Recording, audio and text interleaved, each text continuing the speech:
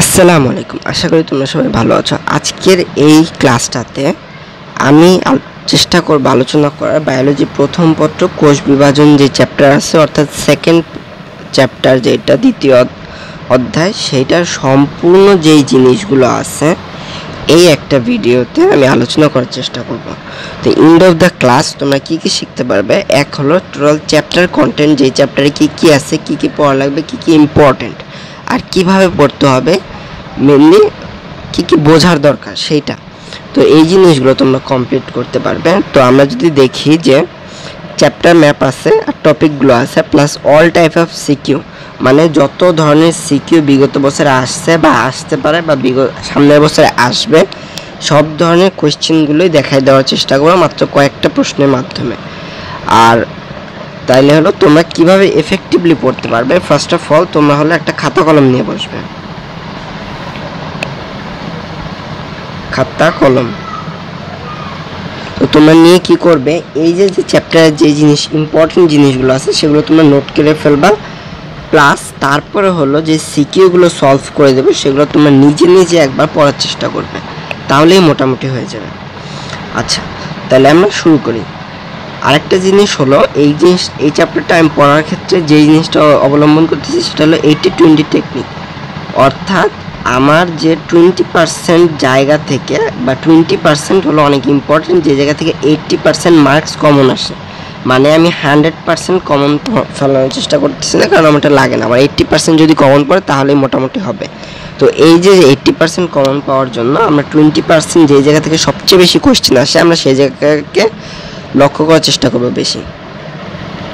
তো এই যে চ্যাপ্টার সেটা হলো কোষ বিভাজন। এই কোষ বিভাজনের প্রকারভেদ নিয়ে মূলত আলোচনা করা হয়েছে এই চ্যাপ্টারটাতে। তো আমরা প্রথমেই যদি দেখি, প্রথমেই আসে হলো আমাদের অ্যামাইটোসিস। অ্যামাইটোসিস কাদের ক্ষেত্রে হয়, মূলত ব্যাকটেরিয়া, ইস্ট, অ্যামিবা। তো এই অ্যামাইটোসিস বিভাজনের ক্ষেত্রে মূলত কোনো ধরনের ঝামেলা ছাড়াই প্রথমে নিউক্লিয়াসের বিভাজন হয়, নিউক্লিয়াস, তারপরে হয় হলো সাইটোপ্লাজম। তো এই ক্ষেত্রে অন্যান্য কোনো ধরনের ঝামেলাই হয় না, যার কারণে এইটা নিম্ন শ্রেণী প্রাণী যারা আছে মূলত তাদের ক্ষেত্রে এই অ্যামাইটোসিস কোষ বিভাজন হয়, অ্যামিবা, ইস্ট, ব্যাকটেরিয়া। তো এমসিকিউতে আসে যে অ্যামাইটোসিস কোষ বিভাজন কাদের ভিতরে হয় না, তো সেক্ষেত্রে অপশনে 3টা দিয়ে দিলে পরবর্তী কোশ্চেনটা এটা হতে পারে। তারপরে আমরা যখন অ্যামাইটোসিস শেষ করবো, যাতে খ নম্বর প্রশ্ন আসে যে অ্যামাইটোসিস বলতে কী বুঝো বা চিত্রটা আসে। তারপর হলো মাইটোসিস কোষ বিভাজন। সেকেন্ড হলো মাইটোসিস কোষ বিভাজনের ক্ষেত্রে আমরা যখন শুরু করব, প্রথমেই আমরা দেখব একটা কোষ চক্রের কথা বলা হয়েছে। একটা কোষ চক্রের ভেতরে প্রথমে থাকে হলো G1 ফেজ, তারপর হলো S ফেজ, তারপর হলো G2 ফেজ। তো এই হলো টোটাল 90-95% এবং বাকিটা হলো M ফেজ। মানে ধরো আমরা যদি একটা লাইফ সাইকেলের কথা বলি, আমরা প্রথমে শিশু থাকি, তারপর সেখান থেকে আমরা বড় হই, তারপর আবার বৃদ্ধ হই, তারপর আমরা মরে যাই, এবং আমাদের পরবর্তী বংশধরের ক্ষেত্রে এরকম হতে থাকে। তার মানে এটা একটা সাইকেল বা লুপের মতো চলতে থাকে। তো কোষ চক্র ওরকম একটা সাইকেল। তো এই সাইকেলের ক্ষেত্রে প্রথম হলো ইন্টারফেস, মানে যেই সময় হলো প্রস্তুতিমূলক দশা, এই সময় মূলত প্রস্তুতি নেয় আমাদের কোষগুলো। এবং তারপর হলো এম ফেজের ক্ষেত্রে হলো মূলত আমাদের মেইন যে কোষ বিভাজন পার্টটা সেটা হয়। তো এই এম ফেজই হলো মূলত মাইটোসিস কোষ বিভাজন, এবং এই ইন্টারফেজ হলো মাইটোসিস এর আগের প্রস্তুতিমূলক পর্যায়। তো এই ক্ষেত্রে আমরা যেটা মনে রাখতে পারি, ধরো তুমি এইচএসসি পরীক্ষা দিবা হলো মাত্র 2 মাস, সেই জন্য তোমাকে প্রায় 2 বছর পর্যন্ত পরিশ্রম করতে হয়। অর্থাৎ মাত্র 2 ঘন্টার একটা বা 3 ঘন্টার একটা পরীক্ষা দেওয়ার জন্য তোমার প্রায় 2 বছরের মতো অপেক্ষা করা লাগছে বা প্রস্তুতি নেওয়া লাগতেছে। তো এই যে এত সময় প্রস্তুতি নেওয়া লাগতেছে সেটা হলো ইন্টারফেজ, আর এই যে পরীক্ষার সময়টা সেটা হলো মাইটোটিক ফেজ বা মাইটোসিস কোষ বিভাজনের যে পর্যায়টা। ইন্টারফেজে টাইম লাগে 90-95% এবং মাইটোসিসে টাইম লাগে হলো 5-10%। তো তারপরে আমরা যদি ইন্টারফেজ দেখি, ইন্টারফেজ দশা হলো G1 ফেজ, S ফেজ আর G2 ফেজ। G1 ফেজের ক্ষেত্রে মূলত আমাদের প্রস্তুতি হয় S ফেজে যাওয়ার জন্য। তো S ফেজে কি হয়, S ফেজ হলো সিনথেটিক ফেজ। এই সময় হলো ডিএনএ রেপ্লিকেশন হয়। এই সময় কি হয়, ডিএনএ রেপ্লিকেশন। তো এইটা যদি আমরা আর কি কোনো রকম বলেও ছেড়ে দিই যে কোনো এটা ডিএনএ রেপ্লিকেশন, এটা কিন্তু ইন ডেপথে আরও অনেক বড় জিনিস। বিশেষ করে এই জিনিসটা তোমরা রিলেট করতে পারবা চ্যাপ্টার 1-এ যখন অ্যাট লাস্টে আছে, এবার লাস্টের দিকে যে আমার ডিএনএ রেপ্লিকেশন হয়, যে আমার একটা ডিএনএ থেকে আরেকটা ডিএনএ তৈরি হয়, তো সেটা ভালো বড় একটা প্রসেস দেওয়া আছে 4-5টা ধাপের ভিতরে। তো ওই ডিএনএ রেপ্লিকেশনটা হয় এই সিনথেটিক ফেজে। তারপরে হলো এস ফেজ। এস ফেজে এসে আমার আবার যে ওই যে সেন্ট্রিওল তৈরি, মানে আমার যে মাইটোসিস কোষ বিভাজনের ভিতরে যে মাকু আকৃতির ওই আঁকা বাঁকা সূত্র নেয় যে মাকু আকৃতি তৈরি হয়, সেইটার জন্য আমার সেন্ট্রিওল লাগে এবং সেই সেন্ট্রিওলগুলো তৈরি হয় হলো এই G2 ফেজে। আর এই যে লাস্টে একটা কাজ শেষ হওয়ার পরে ম্যাচুরেশন প্রমোটিং ফ্যাক্টর এইটা যখন থাকে বা এই উদ্দীপনাটা যখন তৈরি হয়, তখন আমরা G2 ফেজ থেকে M ফেজে যেতে পারি। না হলে আমরা কিন্তু ওই আগের মতোই থেকে যাবে এবং কোষটা কোনো বিভাজন হবে না। তো এই এম ফেজ বা মাইটোটিক ফেজ এইটার আবার দুইটা অংশ, একটা হলো সাইটোকাইনেসিস আর একটা ক্যারিওকাইনেসিস। তো সাইটোকাইনেসিস নাম শুনে বোঝা যাচ্ছে যে এই সাইটোকাইনেসিস কোষ বিভাজনটা হবে সাইটোপ্লাজমে, এবং ক্যারিওকাইনেসিস কোষ বিভাজন হবে নিউক্লিয়াসে। তো এইটা আমরা মনে রাখতে পারি, বা এইটার নামটা আসছে মূলত ক্যারিও হলো ক্যারিয়ন শব্দ থেকে আসছে। ক্যারিয়ন হলো একটা গ্রিক শব্দ মেবি, তো সেইখান থেকে আচ্ছা এই নামটা আমার ঠিক এক্স্যাক্টলি খেয়াল নাই। তো ক্যারিয়ন থেকে নিউক্লিয়াসটা আসছে, বা নিউক্লিয়াস আরেক নাম হলো ক্যারিয়ন, তো সেইখান থেকে আসছে ক্যারিওকাইনেসিস। তার মানে ক্যারিওকাইনেসিস বলতে কি বুঝো যদি বলে, যে আমরা বলতে পারি যে নিউক্লিয়াসে যে কোষ বিভাজনটা হয় সেটা ক্যারিওকাইনেসিস, আর সাইটোপ্লাজমে যে কোষ বিভাজন হয় সেটা হলো সাইটোকাইনেসিস। তো এই যে ক্যারিওকাইনেসিস এটা প্রথমে হবে, মানে কোষচক্র যখন ইন্টারফেস যখন শেষ হয় তারপরে ক্যারিওকাইনেসিস শুরু হয়, ক্যারিওকাইনেসিসের পরে সাইটোকাইনেসিস শুরু হয়। তো ক্যারিওকাইনেসিস এর যে পর্যায়, অর্থাৎ এই যে সম্পূর্ণ একটা জার্নি, এইটাই আমরা 5টা ভিন্ন ধরনের চিত্র দেখতে পাই, বা 5টা ভিন্ন ধরনের দেখতে পাই নিউক্লিয়াসটাকে। তো এইটার ভিত্তিতে আমরা নিউক্লিয়াসকে এই যে বিভাজনটা বা ক্যারিওকাইনেসিসের ধাপটাকে আমরা 5 ভাগে ভাগ করছি। একবার প্রথমটা হলো প্রোফেজ ধাপ। প্রোফেজ হলো দীর্ঘস্থায়ী ধাপ। এই ধাপের ভিতরে মূলত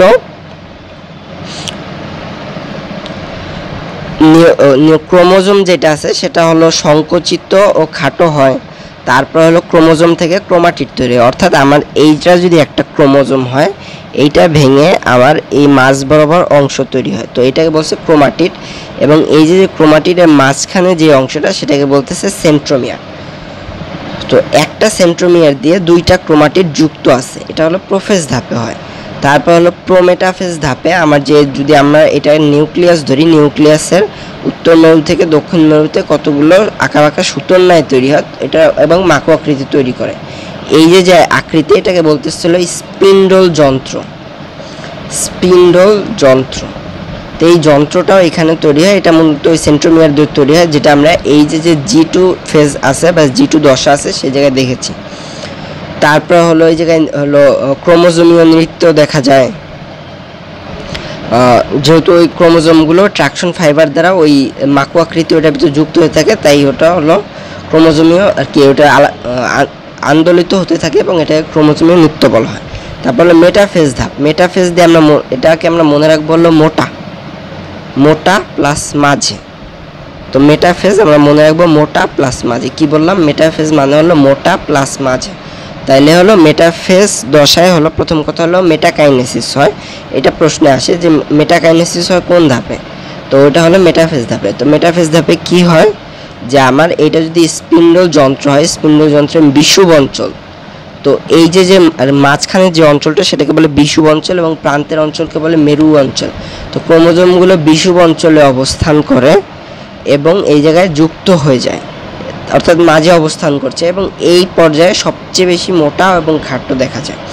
even at the last stage ক্রোমোজোমগুলো যে মাঝ বরাবর ছিল এই মাঝখান থেকে বিভক্ত হয়ে যায়, যার কারণে আমার প্রত্যেকটা ক্রোমাটিড কিন্তু একটি অপত্য ক্রোমোজোম হয় এবং প্রত্যেকটা ক্রোমাটিডে একটি করে সেন্ট্রোমিয়ার থাকে। তো এটা কই হয়? মেটাফেজ ধাপের শেষে। এবং অ্যানাফেজ ধাপে হলো এরা আমরা যদি বলি সেন্ট্রোমিয়ার বিপরীত মেরুর দিকে অগ্রসর হতে থাকে, মানে এখনো মেরুর দিকে পৌঁছায় নাই, অগ্রসর হতে থাকে। এবং টেলোফেজ ধাপে বিপরীত মেরুতে গিয়ে পৌঁছায় এবং এদের ভিতরে নতুন আবরণ তৈরি হয়। এট লাস্টে হলো সাইটোপ্লাজমের যে সাইটোকাইনেসিস, সেখানে হলো কোষ প্লেট তৈরি হয় এবং দুইটা ইন্ডিভিজুয়াল কোষের তৈরি হয়। তো এটা হলো মাইটোসিস, কোষ বিভাজন।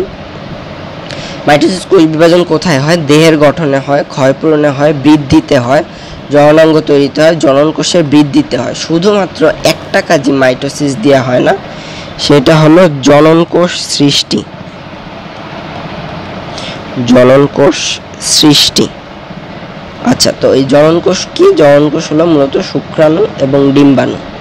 তো এইগুলা মূলত সৃষ্টি হয় না মাইটোসিসে।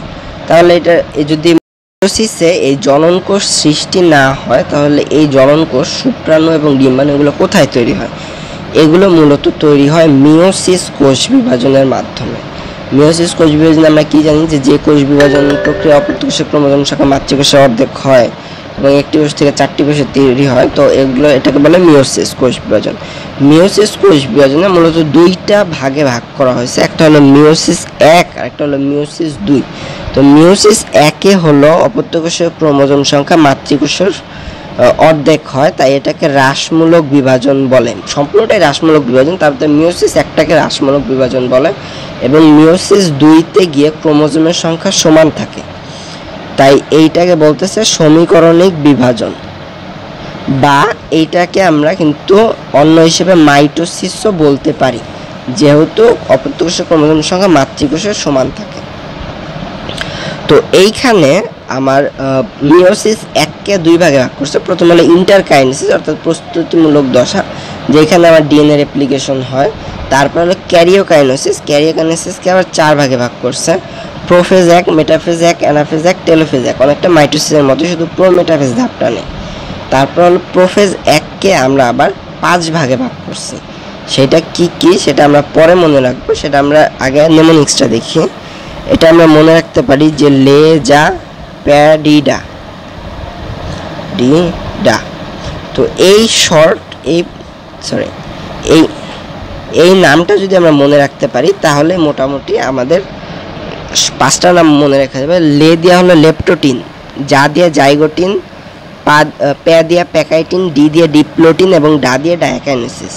তো এই যে লেপ্টোটিন দশায় হলো মূলত পোলারাইজড বিন্যাস দেখা যায়, অর্থাৎ আমার এই যে ক্রোমোজোম থাকে, এই জায়গায় মূলত এরকম সাজানো থাকে সুন্দর করে, মানে অনেকটা ফুলের বুকের মতো দেখা যায়, যার কারণে যেটাকে বলতেছে পোলারাইজড বিন্যাস দেখা যায় এবং ফুলের তোড়ার মতো দেখা যায়।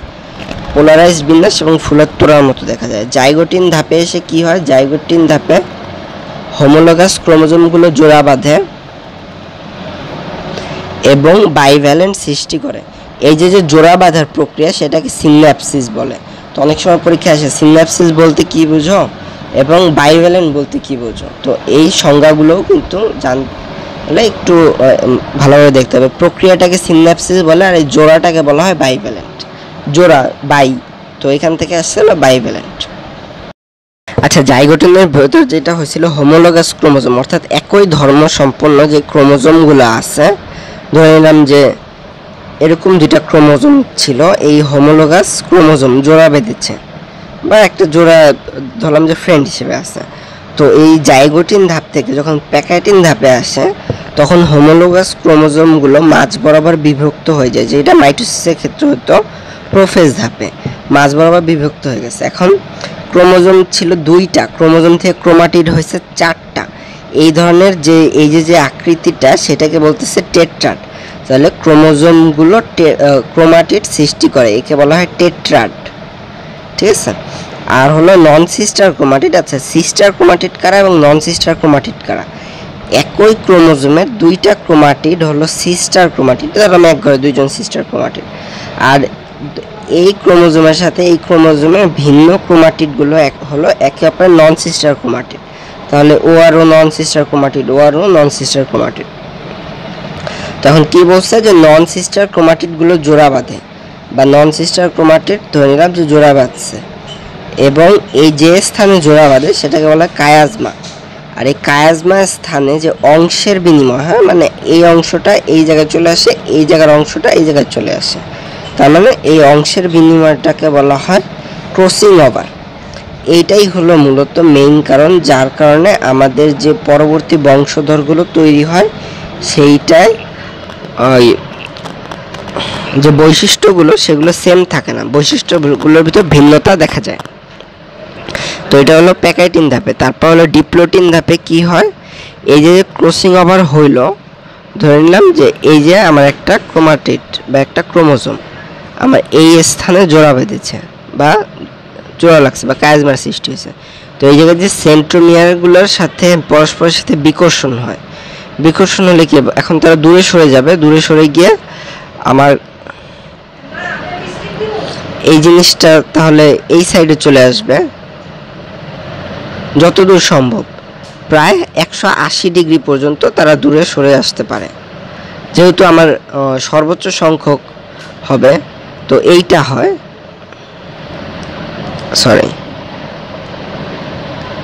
তো এইটা 180 ডিগ্রি পর্যন্ত লুপ সৃষ্টি করতে পারে, যেহেতু এটা বিকর্ষণ। এখন আমার যদি জোড়াটা দুইটা জায়গায় লাগতো, অর্থাৎ আমার দুই জায়গায় জোড়া লাগা থাকতো, তাহলে লুপটা কি ধরনের হতো, তাহলে কি আমাদের মাঝ বরাবর যেই মানে সর্বোচ্চ অবস্থান করতো, এইটার লুপটা হবে হলো 90 ডিগ্রি। তার মানে আমার হলো সেন্ট্রোমিয়ার বিকর্ষণ এখানে প্রান্তের দিকে সরে যায়, একে প্রান্তীয়করণ বলে, লুপের সৃষ্টি হয়। এই যে লুপটা যদি একটা থাকতো তাহলে 180 ডিগ্রি হইতো কোণ, এবং দুইটা থাকতো 90 ডিগ্রি হতো, যে এইটার মতো। তারপর লাস্টে হলো ডায়াকাইনেসিস। ডায়াকাইনেসিস দশায় কি হয়, যে আমার নিউক্লিয়াস ও মেমব্রেন, নিউক্লিয়ার মেমব্রেন যেটা সেটা বিলুপ্ত হয়। আর প্রাণী কোষে হলো সেন্ট্রিওল মেরুতে পৌঁছায়। তো ডায়াকাইনেসিস, তারপরে আমার কি হয় যে প্রোফেজের পর মেটাফেজ দশায় ওই যে সেম আমার কি ক্রোমোজোমগুলো মাঝে অবস্থান করে মোটা ও খাটো হয়। অ্যানাফেজ দশায় কি হয়, আমার এই যে দুইটা ক্রোমোজোম ছিল অর্ধেক উপরের দিকে চলে যায়, অর্ধেক একদিকে চলে যায়, বাকি অর্ধেক আরেক দিকে চলে যায়, যার কারণে কিন্তু আমার ক্রোমোজোমগুলো সেমই ছিল, মানে যে কয়েকটা সংখ্যা ছিল, ধরো আমার টোটাল ছিল 2টা ক্রোমোজোম, সেটা বিভক্ত হয়ে অর্ধেক এক সাইডে চলে গেল, বাকি অর্ধেক আরেক সাইডে চলে গেল। তাহলে আমার ক্রোমোজোম ছিল আগে দুইটা থেকে একটা গেছে একদিকে আর একটা গেছে আরেক দিকে। তো এই ক্ষেত্রে ক্রোমোজোমগুলো হ্রাস পায়। আবার অন্যদিকে আমার যখন এটা মিওসিস 1-এর ক্ষেত্রে, মিওসিস 2-এর ক্ষেত্রে যেটা আমার ক্রোমোজোম ছিল একটা, এরকম একটা ক্রোমোজোম ছিল, ক্রোমোজোম ভেঙে অর্ধেক চলে যায় একদিকে এবং বাকি অর্ধেক চলে যায় একদিকে। তার মানে আমার ক্রোমোজোম সংখ্যা কিন্তু এই জায়গায় একটা ছিল, এই জায়গায় এসে একটা হয়েছে। তার মানে সেই ক্ষেত্রে কিন্তু আমার ক্রোমোজোমের কোনো হ্রাস হয় নাই, তাহলে সেটা হলো সমীকরণিক বিভাজন। তো এইখানে আমার দুইটা ছিল, যে এরকম দুইটা ছিল, একটা দিয়ে গেছে আর একটা দিয়ে গেছে, আর এই জায়গায় যেহেতু একটাই ছিল, অর্ধেক ভেঙে এক দিয়ে গেছে, বাকি অর্ধেক ভেঙে এক দিয়ে গেছে, কিন্তু আলটিমেটলি সবকিছু সেমই ছিল, যার কারণে মিওসিস 1 যেটা সেটা হলো হ্রাসমূলক বিভাজন, এবং মিওসিস 2 যেটা সেটা হলো সমীকরণিক বিভাজন, বা টেকনিক্যালি অনেকটা মাইটোসিস বিভাজনের মতে। তো এতক্ষণ আমরা যেটা দেখলাম সেটা যদি সামারি করি, টোটাল চ্যাপ্টারটা একটা পেজের আন্ডারে আসছে, যে আমার মিওসিস কোষ বিভাজন, প্রকারভেদ অ্যামাইটোসিস, মাইটোসিস, মিওসিস। অ্যামাইটোসিসের উদাহরণ এগুলো, মাইটোসিস এর প্রকারভেদ হলো এগুলো, মাইটোসিস এর পর্যায় হলো এগুলো, তারপর ইন্টারফেস যেটা সেটার পর্যায়ে এগুলো। তারপর আমরা যদি অনিয়ন্ত্রিত হয় তাহলে সেই ক্ষেত্রে কিন্তু ক্যান্সার সৃষ্টি, অর্থাৎ মাইটোসিসের মাধ্যমে কিন্তু আমাদের দেহের বৃদ্ধি হয়। তো এইটা যদি অনিয়ন্ত্রিত হয় তাহলে সেই ক্ষেত্রে তো আমার ওই বৃদ্ধিটা অনিয়ন্ত্রিতভাবে হতে থাকবে এবং একটা নির্দিষ্ট জায়গায় অনেক পরিমাণে বৃদ্ধি পাবে, যার কারণে ক্যান্সার হয়, টিউমার হয়, যেমন গলগণ্ড একটা রোগ মাইটোসিসের মতো এই কারণে হয়।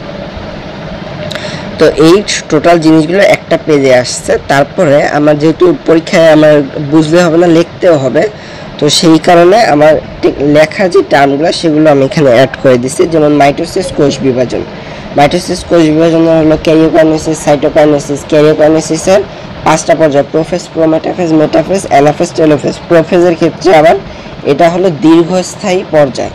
তাহলে এটা কিন্তু রিটেন, এমসিকিউ সব কিছুর জন্য ইম্পর্টেন্ট সৃজনশীল আসে যে উদ্দীপকের পর্যায়টি দীর্ঘস্থায়ী পর্যায়ে ব্যাখ্যা করো, বা পর্যায়টির নাম কি চিত্র সহ ব্যাখ্যা করো। তো সেই ক্ষেত্রে আমার এগুলোর জন্য কয়েকটা লাইন পড়া লাগে। তারপর হলো প্রোমেটাফেজে হলো স্বল্পস্থায়ী ধাপ, স্পিন্ডল যন্ত্রের তৈরি হয়।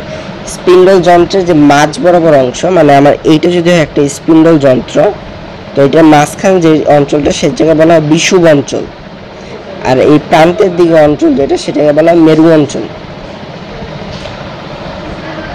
তো এই সময় আমার ক্রোমোজোমগুলো যদি এইখান থেকে এইখানে যায় তখন যাওয়ার সময় আন্দোলিত হয়। তো যেই কারণে এটাকে বলতেছে হলো ক্রোমোজোমীয় নৃত্য। এটাকে দেখা যায় একটা ক্রোমোজোমীয় নৃত্যের মতো। মেটাফেজ দেখে আমরা বলছি মোটা এবং খাটো ক্রোমোজোমগুলো মাঝে অবস্থান করে, অর্থাৎ মাঝে মানে বিষুব অঞ্চল, এই জায়গায় বললাম মাঝখানে মানে হলো বিষুব অঞ্চল, মাঝে অবস্থান করে বা বিষুব অঞ্চলে অবস্থান করে, সবচেয়ে মোটা হয়। আর সেন্ট্রোমিয়ারগুলো সম্পূর্ণ বিভক্ত। আর একটা ইম্পর্টেন্ট ইনফরমেশন যেটা হলো সেটা হলো মেটাকাইনেসিস। মেটাকাইনেসিস হয় হলো এই ধাপে, পরীক্ষা আসে মেটাকাইনেসিস যে ধাপে হয় সে ধাপটা ব্যাখ্যা করো, তাহলে সেটা হলো মেটাফেজ। এই পদ্ধতিতে মূলত হলো এরা মোটা ও খাটো হয়। তারপর অ্যানাফেজ ধাপে হলো মেরুর দিকে সরে যায় এবং ক্রোমোজোমগুলো VLJI এর মতো দেখা যায়। তো এই যে VLJI আছে, এই প্রত্যেকটা নাম আছে। যেমন ভি হলো মেটাসেন্ট্রিক, মেটাসেন্ট্রিক। এল হলো সাবমেটাসেন্ট্রিক, সাবমেটাসেন্ট্রিক। জে হলো অ্যাক্রোসেন্ট্রিক, অ্যাক্রোসেন্ট্রিক। আর আই হলো টেলোসেন্ট্রিক।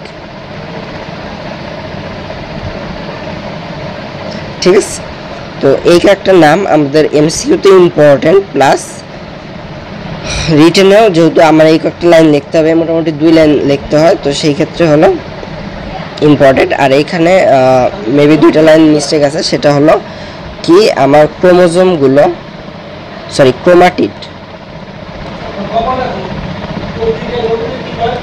ক্রোমাটিডগুলো বিভক্ত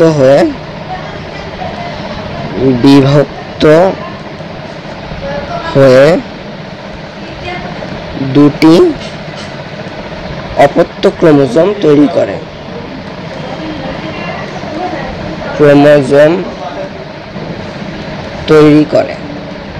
ঠিক আছে, তো এটা হলো প্রথম লাইন। তারপর হলো অপত্য ক্রোমোজোমগুলো মেরুর দিকে সরে যায় এবং ক্রোমোজোমগুলো VLJ এর মতো মানে দেখা যায়। তো এটা মুখস্থ করে 2টা টেকনিক, একটা হলো আমি সিরিয়ালি মনে রাখবো মেটা, সাবমেটা, অ্যাক্রোটেলো, VLJI। তাহলে মোটামুটি মনে রাখবো মেটা, সাবমেটা, অ্যাক্রোটেলো, এভাবে মনে রাখতে পারি। তারপরে হলো আমরা মনে রাখবো যে মেটা মানে হলো সবচেয়ে বেশি জায়গা জুড়ে আছে, জায়গা জুড়ে থাকবে। তার মানে মেটা যেহেতু বা মোটা, যার কারণে এটা সবচেয়ে বেশি জায়গা জুড়ে থাকবে। তো এটা থেকে কিছু বা অর্ধেক জায়গা জুড়ে থাকবে যে এটা সাবজে, তাহলে হলো ভি এর অর্ধেক, সেটা কি সাবমেটাসেন্ট্রিক। তো ভি আর জে কিন্তু একই রকম, জাস্ট ভি আর এল আর জে একই রকম, এল একদিকে, জে হলো অন্য একদিকে, তাই যেটা হলো অ্যাক্রোসেন্ট্রিক। আর আইটা অনেকটা টি এর মতো দেখতে, তাই এটা হলো টেলোসেন্ট্রিক। ওকে, আর হলো লাস্ট হলো টেলোফেজ দশা। টেলোফেজ দশা হলো প্রোফেজের বিপরীত। তো প্রোফেজের বিপরীত দশা কি? টেলোফেজ দশা। তো এই জায়গায় আবার হলো জল যোজন হয়, নিউক্লিয়ার মেলাপে যে নিউক্লিওলাসের পুনরায় আবির্ভাব ঘটে। আর লাস্টে হলো সাইটোকাইনেসিস। সাইটোকাইনেসিস এর ক্ষেত্রে কি হয়? কোষ প্লেট সৃষ্টি হয়। তো এটা একবার লাস্টে ব্যাখ্যা করে দিচ্ছি যে কয়েক লাইনে, পরীক্ষা অনেক সময় সাইটোকাইনেসিস নিয়ে ব্যাখ্যা আসে যে সাইটোকাইনেসিসের ক্ষেত্রে কি হয়, আমার যে বিষুব অঞ্চল আছে সেই বিষুব অঞ্চলে ফ্রাগমাপ্লাস্ট ও ক্ষুদ্র ভেসিকেল মিলে কোষপ্লেট তৈরি করে। কোষপ্লেট তৈরি করার পরে কি হয়, এগুলোর সাথে হেমিসেলুলোজ যুক্ত হয়। আমরা জানি যে হেমিসেলুলোজ হলো কোষ প্রাচীর তৈরিতে সহায়তা করে।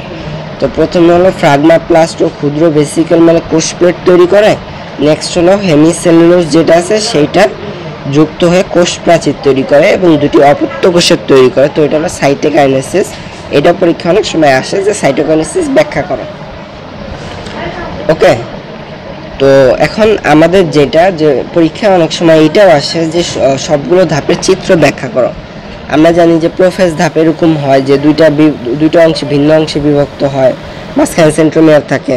তাহলে ট্রাই করব যে এই যে চিত্রগুলো আছে চিত্রগুলো হাতে এঁকে মিনিমাম একবার কি দুইবার হাতে এঁকে প্র্যাকটিস করা, যেহেতু পরীক্ষা এটা আমাদের অ্যান্সার করা লাগবে। তো এই যে এই প্রান্তের দিকে এটাকে মেরু বলে, মাঝখানের অংশটাকে বিষুব অঞ্চল বলে, আর এই যে এই আকৃতিটা এটাকে বলে স্পিন্ডল যন্ত্র, মাকু আকৃতির যেহেতু। ঠিক আছে, চেষ্টা করব যে এই যে ছবিগুলো আছে ছবিগুলো আমরা এঁকে প্র্যাকটিস করা। ওকে, নেক্সট যেটা সেটা হলো যে মাইটোসিস এর ধাপগুলো। এক মিনিট, সরি।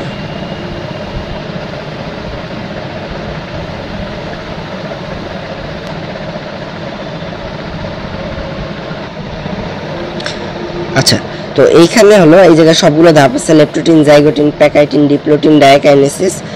তো জাইগোটিনের ক্ষেত্রে বাইভ্যালেন্ট সৃষ্টি হয়, সিনাপসিস প্রক্রিয়া হয়। প্যাকাইটিনের ক্ষেত্রে হলো টেট্রার সৃষ্টি হলো, কায়াজমা হলো, ক্রসিং ওভার হলো। ডিপ্লোটিনে প্রান্তীয়করণ হয়।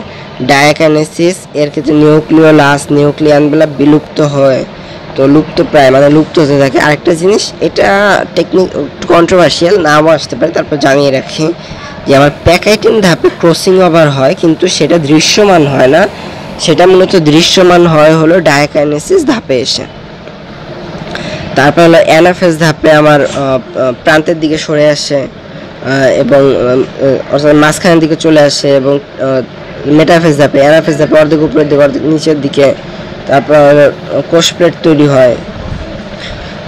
আর হলো যে টেলোফেজ ধাপে টেলোফেজ শেষ আর প্রোফেজের শুরু দুইটা প্রায় সিমিলার টাইমিং হয়, খুব দ্রুত হয়।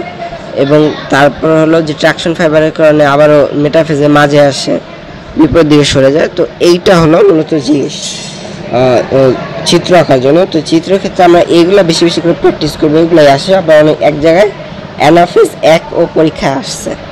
তো এই জিনিসটা জানিয়ে রাখি যে আমার অ্যানাফেজ 1 এ হলো ক্রোমোজোম সংখ্যা হ্রাস পায়, এই জায়গায় হলো ক্রোমোজোম হ্রাস পায়, ক্রোমোজোম হ্রাস পায়, যার কারণে মূলত হ্রাসমূলক বিভাজন হয়।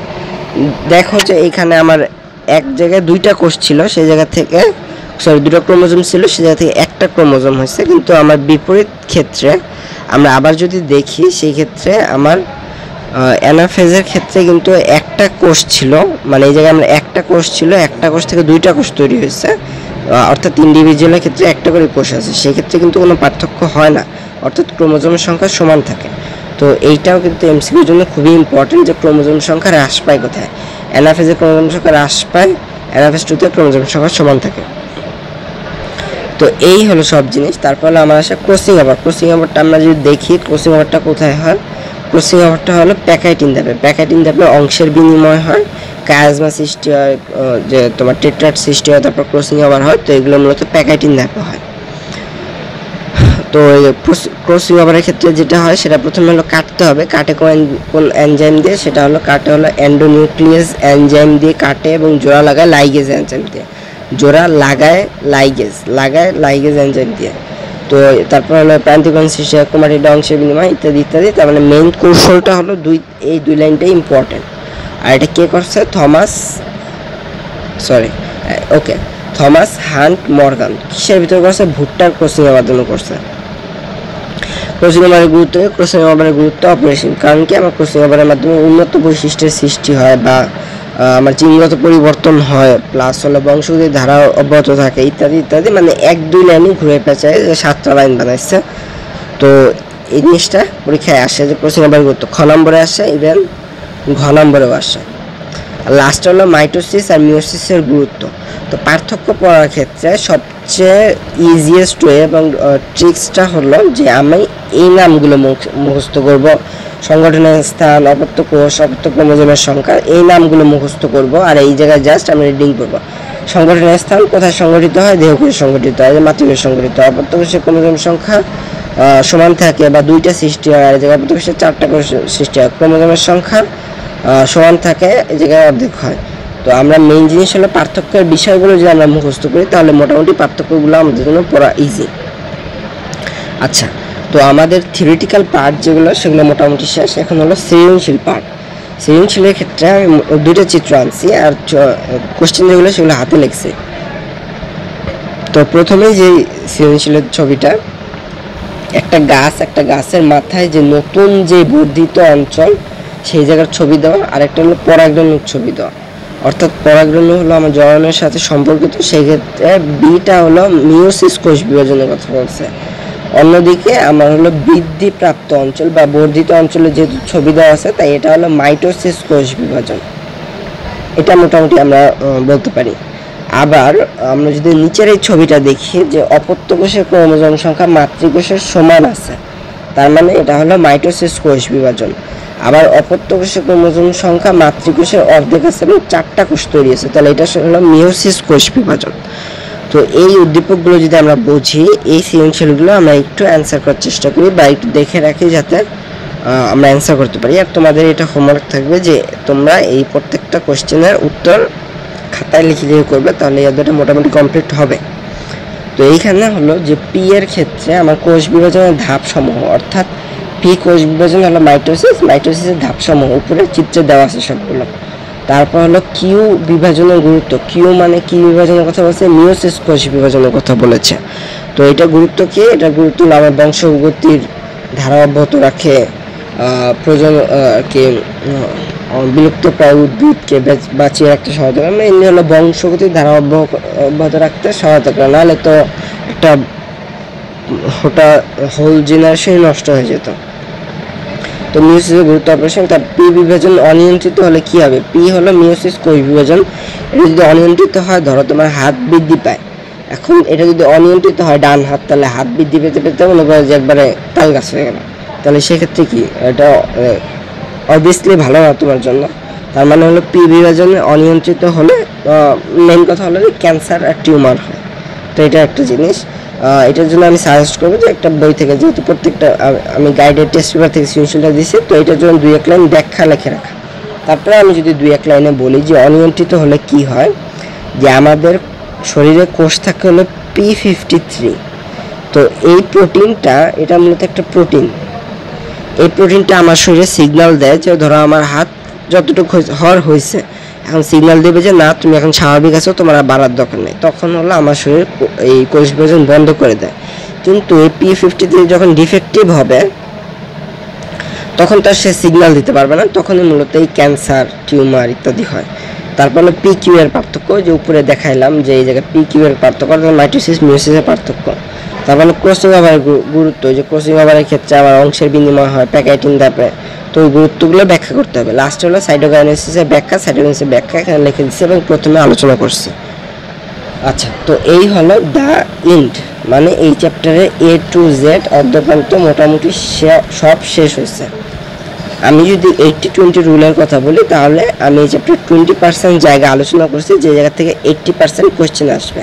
তারপরেও যদি আরও কারো যদি আরও 20% অর্থাৎ টোটাল 100% মার্কস পেতে হয়, তাহলে আরও কিছুক্ষণ তারা পড়াশোনা করতে পারে। তবে আমার মতে তোমরা যারা ইনিশিয়াল স্টেজে আসছো, তোমাদের জন্য এতটুকুই এনাফ। তো এর পাশাপাশি তোমরা কি করতে পারো, আমি এই পিডিএফটা আমার টেলিগ্রাম গ্রুপে দিয়ে দিব, তো তোমরা সেই জায়গা থেকে পড়ে নিতে পারো। তারপরেও যদি তোমরা সেই জায়গায় না পাও, তুমি যদি আমাদের কমেন্ট সেকশনে পিডিএফ লেখো, আমি তোমাকে লিঙ্ক দিয়ে দেবো। তো এইটা একটা জিনিস, তোমরা কি করবে, তোমরা কিন্তু এই পিডিএফ দেখে ফোন দেখে দেখে পড়বা, সেটা যদি চিন্তা ভাবনা করো তাহলে তোমার আসলে তোমার টোটাল আউটপুট হবে 0। কারণ এই জায়গায় আসলে তোমার মেইন যে জিনিসটা সেটা হলো নিজের পড়া। তুমি কি করবা, তোমার এই পিডিএফ দেখে দেখে তোমার খাতায় এই ইনফরমেশনগুলো তুলবে। তো সেক্ষেত্রে কি করবে, যে আমার যে লেখা টার্মগুলো আছে সেগুলো লিখে ফেলবে, আর প্লাস যে কিছু ইম্পর্টেন্ট চিত্র আছে এই চিত্রগুলো সবগুলো প্র্যাকটিস করবে।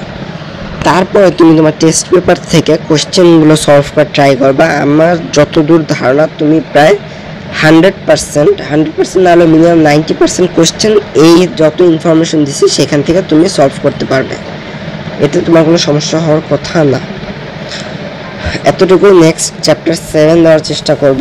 আর তোমরা চাইলে আমার টেলিগ্রাম গ্রুপে যুক্ত হয়ে যেতে পারো, সেইখানে আমি আমার সকল তথ্য আপডেট দেওয়ার চেষ্টা করবো। ইভেন 1-to-1 আমি তোমাদেরকে যদি কোনো সমস্যা থাকে সেগুলো সলভ করার চেষ্টা করবো।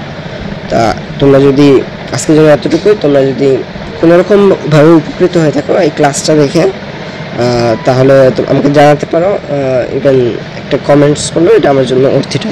Thank you. আসসালামু আলাইকুম।